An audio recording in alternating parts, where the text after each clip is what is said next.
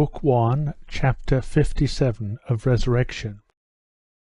The next day Nekhludoff went to see the advocate, and spoke to him about the Menshovs case, begging him to undertake their defence.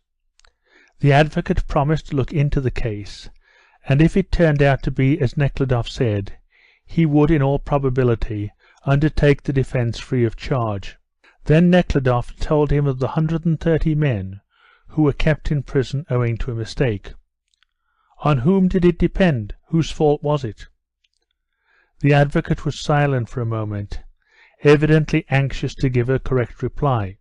Whose fault is it? No one's, he said decidedly. Ask the procureur.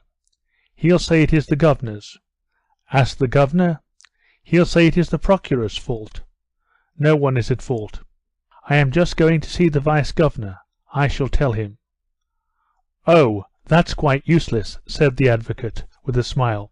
He is not a relation or friend of yours. Such a blockhead, if I may say so, and yet a crafty animal at the same time. Nekhludoff remembered what Maslenikov had said about the advocate and did not answer, but took leave and went on to Maslenikov's.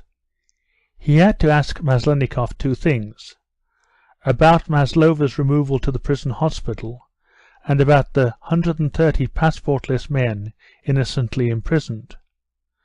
Though it was very hard to petition a man whom he did not respect, and by whose orders men were flogged, yet it was the only means of gaining his end, and he had to go through with it.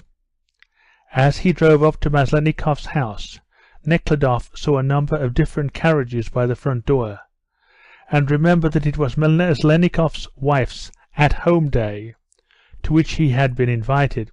At the moment Nekhludoff drove up, there was a carriage in front of the door, and a footman in livery, with a cockade in his hat, was helping a lady down the doorstep. She was holding up her train and showing her thin ankles, black stockings, and slippered feet. Among the carriages was a closed landau, which he knew to be the Korchagins'.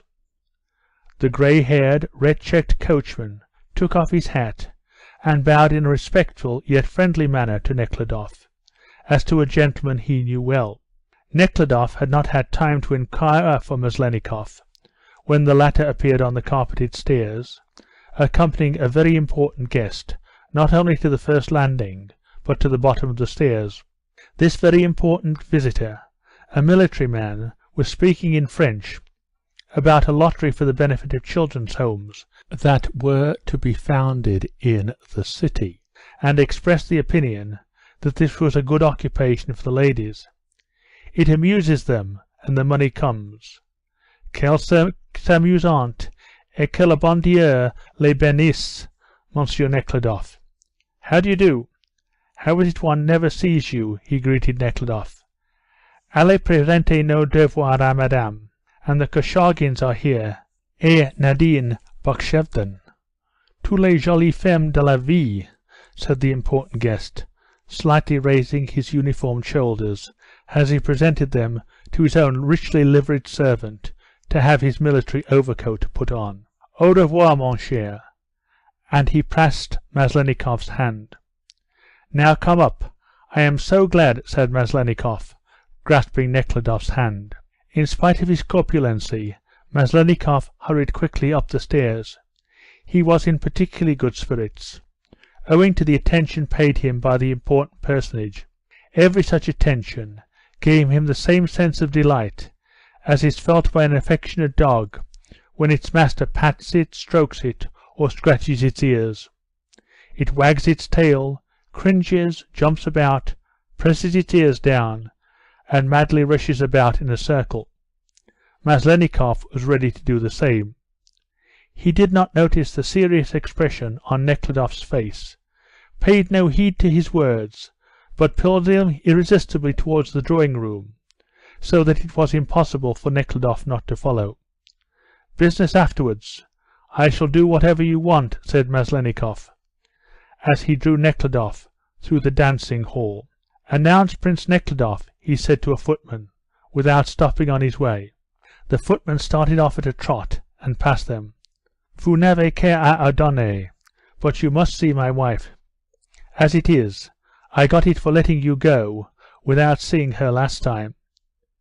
By the time they reached the drawing-room, the footman had already announced Nekhludoff, and from between the bonnets and heads that surrounded it, the smiling face of Anna Ignatievna, the vice-governor's wife, beamed on Nekhludoff. At the other end of the drawing-room several ladies were seated round the tea-table, and some military men and some civilians stood near them. The clatter of male and female voices went on unceasingly. "Enfin, you seem to have quite forgotten us. How have we offended?" With these words, intended to convey an idea of intimacy which had never existed between herself and Nekhludoff, Anna Ignatievna greeted the newcomer. "You are acquainted? Madame Tilyevsky, Monsieur Chernoff. Sit down a bit nearer. Missy, venez donc à notre table, on vous apporte votre...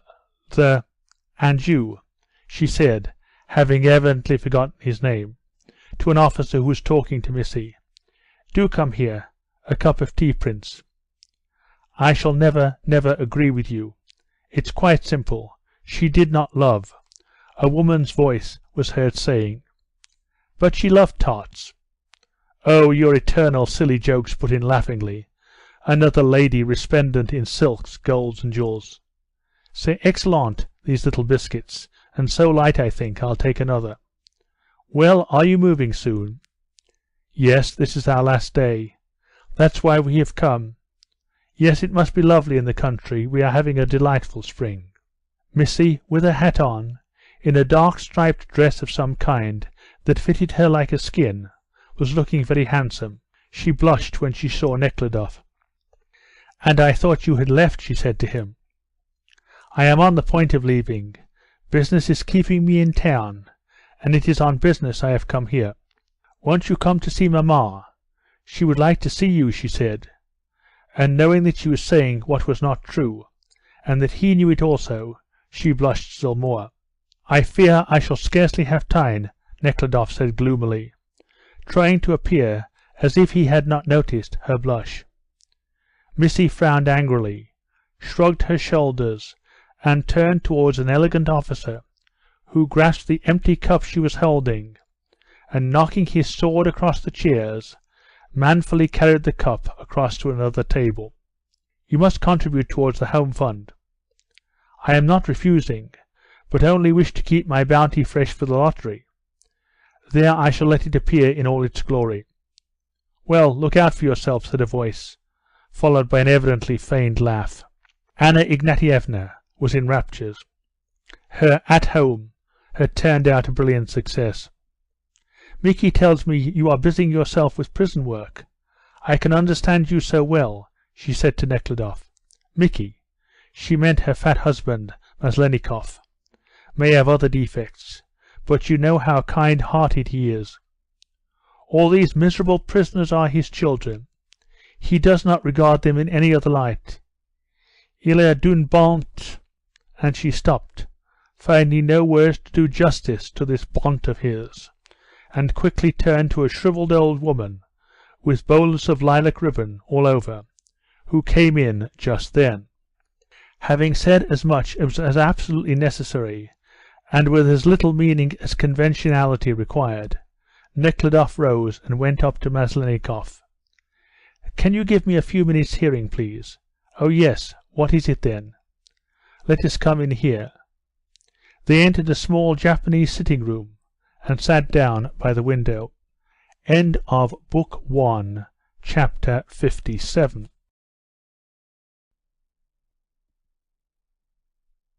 Book 1, Chapter 58, of Resurrection.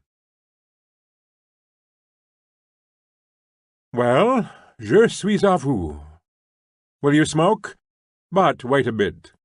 We must be careful and not make a mess here," said Maslenikov, and brought an ashpan. "Well, there are two matters I wish to ask you about." "Dear me!" An expression of gloom and dejection came over Maslenikov's countenance. and every trace of the excitement, like that of the dogs whom its master has scratched behind the ears, vanished completely. The sound of voices reached them from the drawing-room. A woman's voice was heard saying, "Jamais je ne croirais," and a man's voice from the other side relating something in which the names of La Comtesse Voronzoff and Victor Apraxin kept occurring. A hum of voices, mixed with laughter, came from another side. Maslenikov tried to listen to what was going on in the drawing-room and to what Nekhludoff was saying at the same time. "I am again come about that same woman," said Nekhludoff. "Oh, yes, I know, the one innocently condemned. I would like to ask that she should be appointed to serve in the prison hospital. I have been told that this could be arranged." Maslenikov compressed his lips and meditated. "That will be scarcely possible," he said. "However, I shall see what can be done, and shall wire you an answer tomorrow. I have been told that there were many sick, and help was needed." All right. I shall let you know in any case." "Please do," said Nekhludoff. The sound of a general and even a natural laugh came from the drawing-room. "That's all that Victor. He is wonderfully sharp when he is in the right vein," said Maslenikov. "The next thing I wanted to tell you," said Nekhludoff, "is that 130 persons are imprisoned only because their passports are overdue. They have been kept here for a month." And he related the circumstances of the case. "How have you come to know of this?" said Maslenikov, looking uneasy and dissatisfied.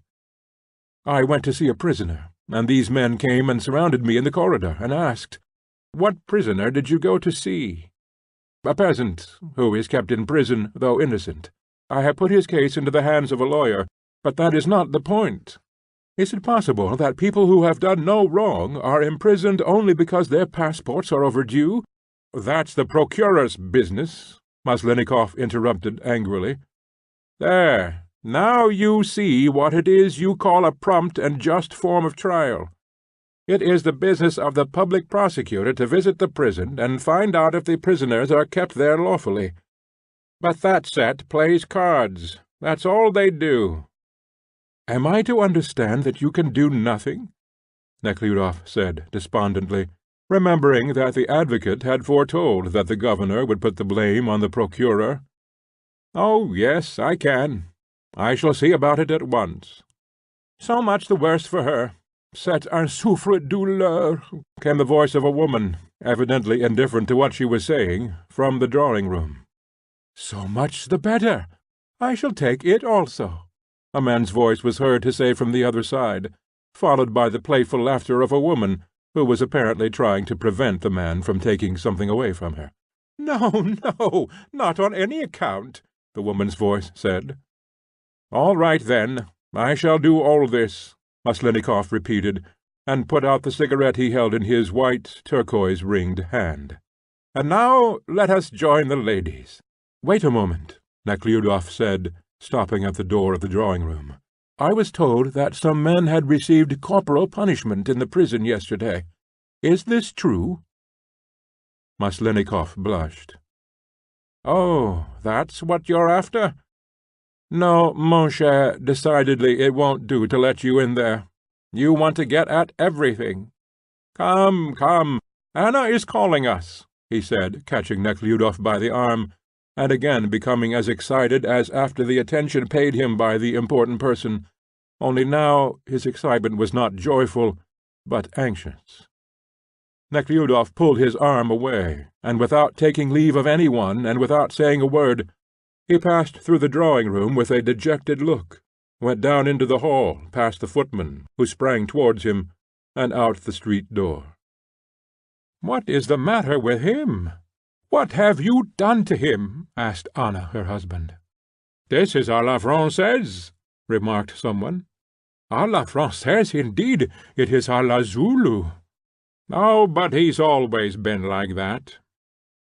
Someone rose, someone came in, and the clatter went on its course. The company used this episode with Nekhludoff as a convenient topic of conversation for the rest of the "At Home." On the day following his visit to Maslennikoff, Nekhludoff received a letter from him, written in a fine, firm hand, on thick glazed paper, with a coat of arms, and sealed with sealing wax. Maslennikoff said that he had written to the doctor concerning Maslova's removal to the hospital, and hoped Nekhludoff's wish would receive attention. The letter was signed, "Your affectionate elder comrade," and the signature ended with a large, firm, and artistic flourish. "Fool!" Nekhludoff could not refrain from saying, especially because in the word comrade he felt Maslennikoff's condescension towards him. That is, while Maslennikoff was filling this position, morally most dirty and shameful, he still thought himself a very important man, and wished, if not exactly to flatter Nekhludoff, at least to show that he was not too proud to call him comrade. End of Book 1, Chapter 58.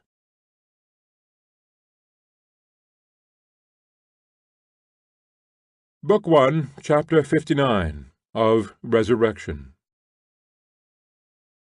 One of the most widespread superstitions is that every man has his own special definite qualities, that a man is kind, cruel, wise, stupid, energetic, apathetic, etc.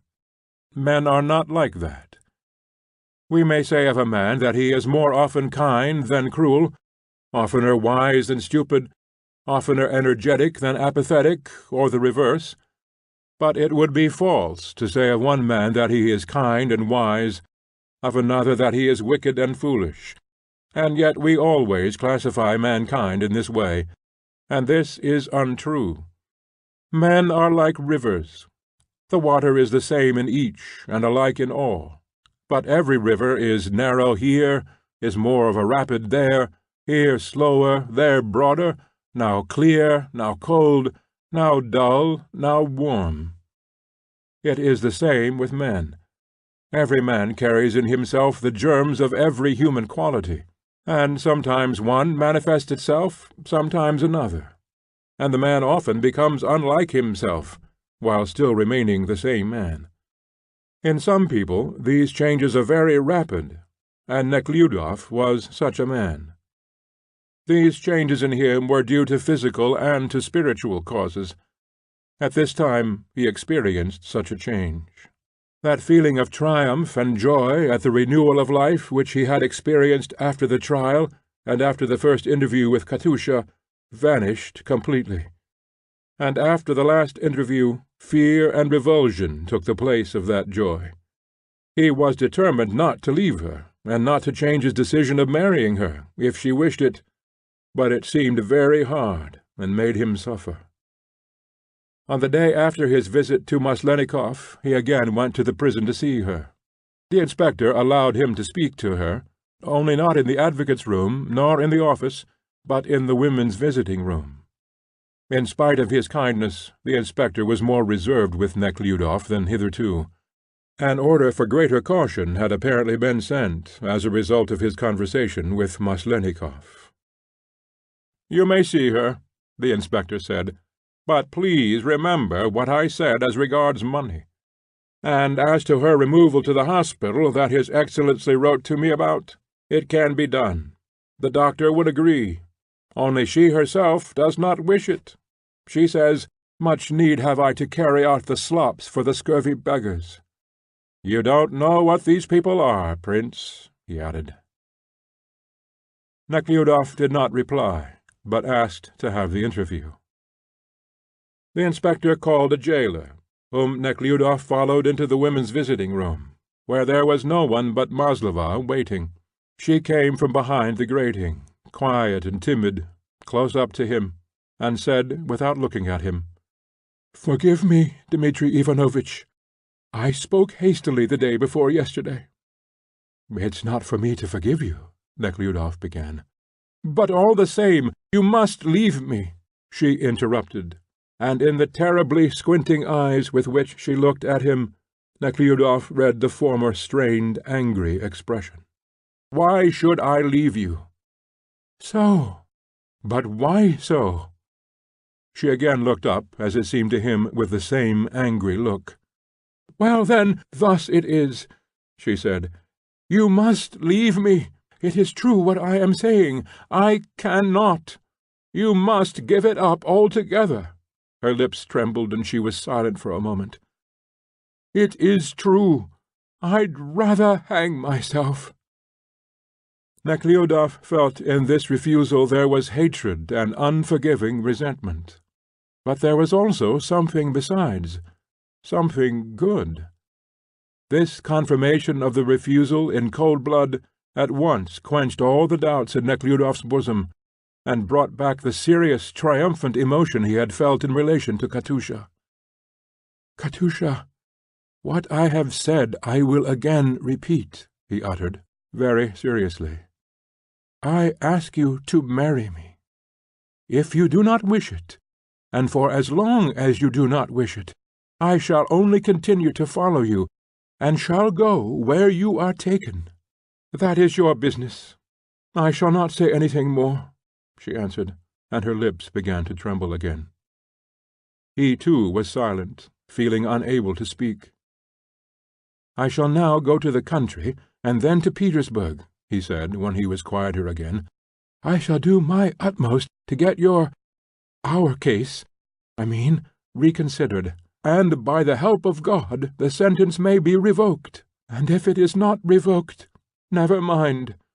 I have deserved it, if not in this case, in other ways," she said, and he saw how difficult it was for her to keep down her tears. "Well, have you seen Menshoff?" she suddenly asked, to hide her emotion. "It's true they are innocent, isn't it?" "Yes, I think so." "Such a splendid old woman," she said. There was another pause. "Well, and as to the hospital," she suddenly said, and looking at him with her squinting eyes, "if you like, I will go, and I shall not drink any spirits either." Nekhludoff looked into her eyes. They were smiling. "Yes, yes, she is quite a different being," Nekhludoff thought. After all his former doubts, he now felt something he had never before experienced, the certainty that love is invincible. When Maslova returned to her noisome cell after this interview, she took off her cloak and sat down in her place on the shelf bedstead with her hands folded on her lap. In the cell were only the consumptive woman, the Vladimir woman with her baby, Menshoff's old mother, and the watchman's wife. The deacon's daughter had the day before been declared mentally diseased and removed to the hospital. The rest of the women were away, washing clothes. The old woman was asleep, the cell door stood open, and the watchman's children were in the corridor outside. The Vladimir woman, with her baby in her arms, and the watchman's wife, with the stocking she was knitting with deft fingers, came up to Maslova. "Well, have you had a chat?" they asked. Maslova sat silent on the high bedstead, swinging her legs, which did not reach to the floor. "What's the good of snivelling?" said the watchman's wife. "The chief thing is not to get down into the dumps, Katusha? Now then," and she went on, quickly moving her fingers. Maslova did not answer. "And our women have all gone to wash," said the Vladimir woman. "I heard them say much has been given in alms today. Quite a lot has been brought." "Finashka," called out the watchman's wife, "where's that little imp gone to?" She took a knitting needle, stuck it through both the ball and the stocking, and went out into the corridor. At this moment the sound of women's voices was heard from the corridor, and the inmates of the cell entered with their prison shoes, but no stockings on their feet. Each was carrying a roll, some even two. Theodosia came at once up to Maslova. "What's the matter? Is anything wrong?" Theodosia asked, looking lovingly at Maslova with her clear blue eyes. "This is for our tea." And she put the rolls on a shelf. "Why, surely he has not changed his mind about marrying?" asked Korableva. "No, he has not. But I don't wish to," said Maslova, "and so I told him." "More fool you," muttered Korableva in her deep tones. "If one's not to live together, what's the use of marrying?" said Theodosia. "There's your husband. He's going with you," said the watchman's wife. "Well, of course, we're married," said Theodosia. "But why should he go through the ceremony if he is not to live with her?" "Why, indeed? Don't be a fool. You know if he marries her she'll roll in wealth," said Korableva. "He says wherever they take you I'll follow," said Maslova. "If he does, it's well. If he does not, well also. I am not going to ask him to.